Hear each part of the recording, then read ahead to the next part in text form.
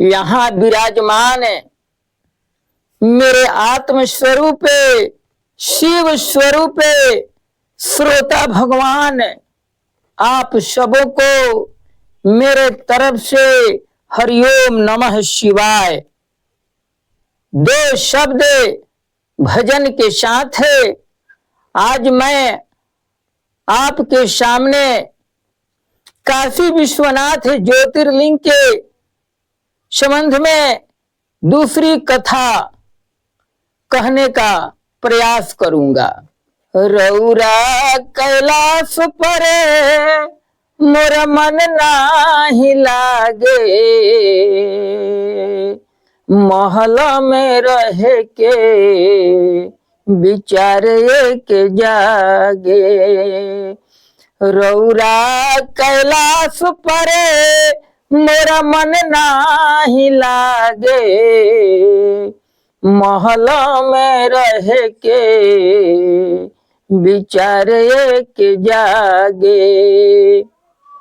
भोला छोरी दिहनी कैलाश, आके काशी में कर लेहनी वास। भोला छोरी दिहनी कैलाश, आके काशी में कर लेहनी वास। काशी विश्वनाथ ज्योतिर्लिंग उत्तर प्रदेश के वाराणसी में पवित्र गंगा नदी के पश्चिमी तट पर स्थित है। मान्यताओं के आधार पर यही कथा है कि जिस समय भगवान भोलेनाथ मां पार्वती से विवाह करके कैलाश पर्वत पर रहने लगे, वहां रहते रहते मां कुछ दिन आनंददायक जीवन व्यतीत की। फिर वहां से मां के मन में कुछ अलग ढंग का अनुभव होने लगा और मां का मन उस कैलाश पर्वत पर नहीं लगता। मां सोचती कि जितनी भी देवी देवता हैं सबों को रहने के लिए आलीशान महल, सारे सुख सुविधा भरे हुए हैं, लेकिन मेरे पास तो यहाँ कैलाश पर ये शिवगण और धतूरा अन्य फल फूल ही है। यहाँ अब मेरा मन नहीं लगता है, मैं क्या करूं? मेरी भी इच्छा है कि मैं सुंदर महल में शांति पूर्वक विश्राम करूं, जिस तरह से अन्य देवी देवता आनंद पूर्वक सुंदर सुंदर महल में रहते हैं। यह सोच करके मां पार्वती एक दिन भोलेनाथ से बोली, हे प्रभु, मेरी इच्छा है कि मैं भी सुंदर महल में आपके साथ निवास करूं। प्रभु, जितने भी देवी देवता हैं सबों के लिए सुंदर और वैभव पूर्ण महल है, जिसमें वे सारे देवी देवता बड़े आनंद के साथ विश्राम करते हैं। लेकिन हमारे पास केवल धतूरा, भांग, भस्म, नंदी और शिवगण ही है, इसके सिवा यहाँ कुछ नहीं है। अब मेरा मन यहाँ नहीं लगता है, मैं भी महल में रहना चाहती हूँ। आप इस पर विचार करें प्रभु, आप इस पर विचार करें। यह सुन करके भोलेनाथ मुस्कुरा दिए और बोले, ठीक है पार्वती, ठीक है।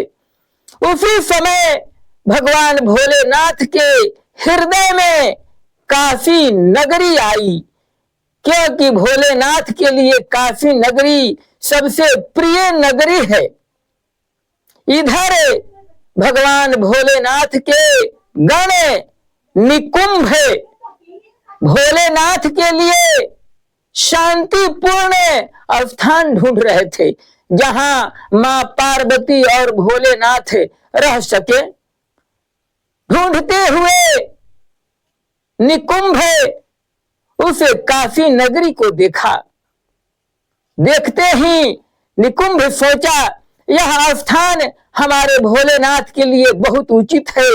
लेकिन उस समय वहां देवदास नामक राजा राज करता था। इधर निकुंभ सोचा, क्यों न मैं इस राज को निर्मनुष्य कर दूं।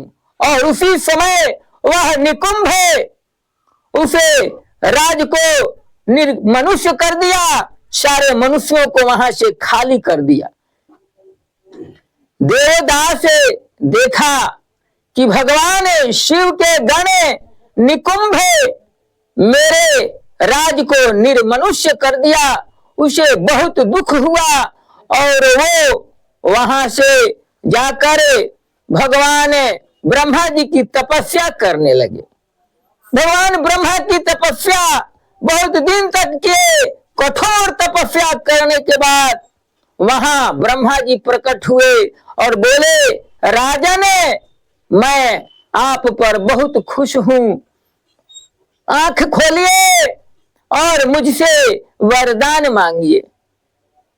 जैसे ही देवदास अपना आंख खोला, देखते हैं कि मेरे सामने ब्रह्मा जी प्रकट हैं। उन्होंने हाथ जोड़कर कहा, हे पितामह, आप तो सब कुछ जानते हैं, मैं काशी का राजा देवदास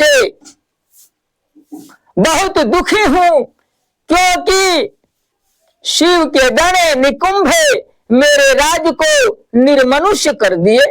आप ही बतावे पितामह, पृथ्वी मनुष्य के लिए है और देवताओं के लिए देवलोक है, तो फिर ऐसा क्यों हुआ मेरे साथ। यह सुन करके ब्रह्मा जी मन ही मन सोचे, शिव की लीला शिव ही जाने। और उसी क्षण देवदास से बोले, ठीक है राजन, आप जाइए, मैं इस समस्या का समाधान ढूंढूंगा।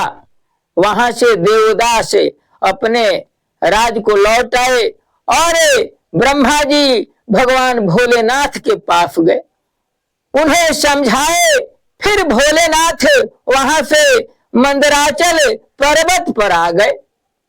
कुछ दिन मंदराचल पर्वत पर मां पार्वती के साथ रहे, लेकिन भोलेनाथ के हृदय में काशी के प्रति जो मोह था वह समाप्त नहीं हुआ।